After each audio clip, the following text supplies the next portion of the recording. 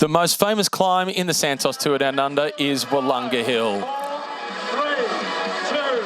1. And that is the destination for Think Road Safety Stage 5 as the gun goes to have them roll out of McLaren Vale. The stage itself, 145.7 kilometres. A couple of times up Willunga Hill, a climb prior to that as well, and an incredibly aggressive start. Tight in the general classification with Romo holding a 15-second advantage over just 19 riders. They're all within striking distance. So we saw plenty of teams going on the attack.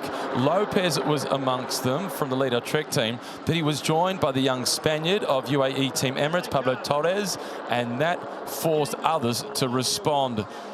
They eventually drifted back to the peloton as a strong group of 4 riders began to form out the front.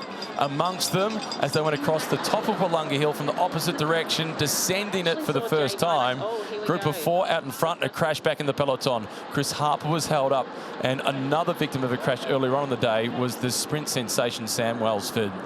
Lopez tried to rejoin the 4 leaders, which included Ollie Bledden from the ARA Australian national team, Pascal Encorn of the Soudal Quick-Step squad, Michael Hepburn was there for Jaco Alula, and for Ineos Grenadiers it was Ben Swift. Lopez didn't make it. It came down to 4 riders out in front as Ben Swift was heading through Snapper Point to take some time bonuses and points for the blue jersey in the Zip Track Intermediate Sprint competition.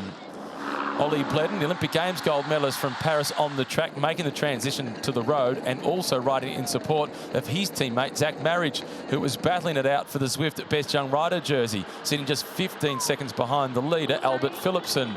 Onto the climb for the first time, and Ollie Bledden tried his luck. He and Swift, the last to be caught by the main field. It was then one of the locals from Jaco Alula, it was Chris Harper who went on the charge. Soon joined by the Swiss national champion, his teammate Motto Schmid. They crested Willunga Hill the first time around with a 21-second advantage over the peloton. But there was a big chase behind. They couldn't afford to let these two get too far ahead, as Harper was just 15 seconds behind the leader's jersey of Romo. Heading back down through the famous vineyards, the crosswind also wreaked havoc on the peloton as Ineos Grenadiers tried to split the field to pieces. As they got to the bottom of the climb, the brake was caught and the race leader decided to go on the offensive. It was Romo in ochre who attacked.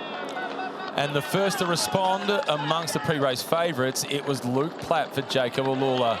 Hot on his wheel with Jhonatan Narvaez, second in the general classification. Narvaez, the Ecuador national champion, was waiting to pounce. So too was Oscar Onley, who'd won the corresponding stage the previous year. Narvaez opened up and nobody could get near him. He collected the stage victory, and with it, Jhonatan Narvaez moves to the top of the general classification. It was Onley in second spot on the stage, Finn Fisher-Black in third position. Jhonatan Narvaez, last year's second place finisher, is now at the top of the general classification. Javier Romo slips to second. He's at 9 seconds behind. And Finn Fisher-Black moves to the podium at 12 seconds. 1 day to go.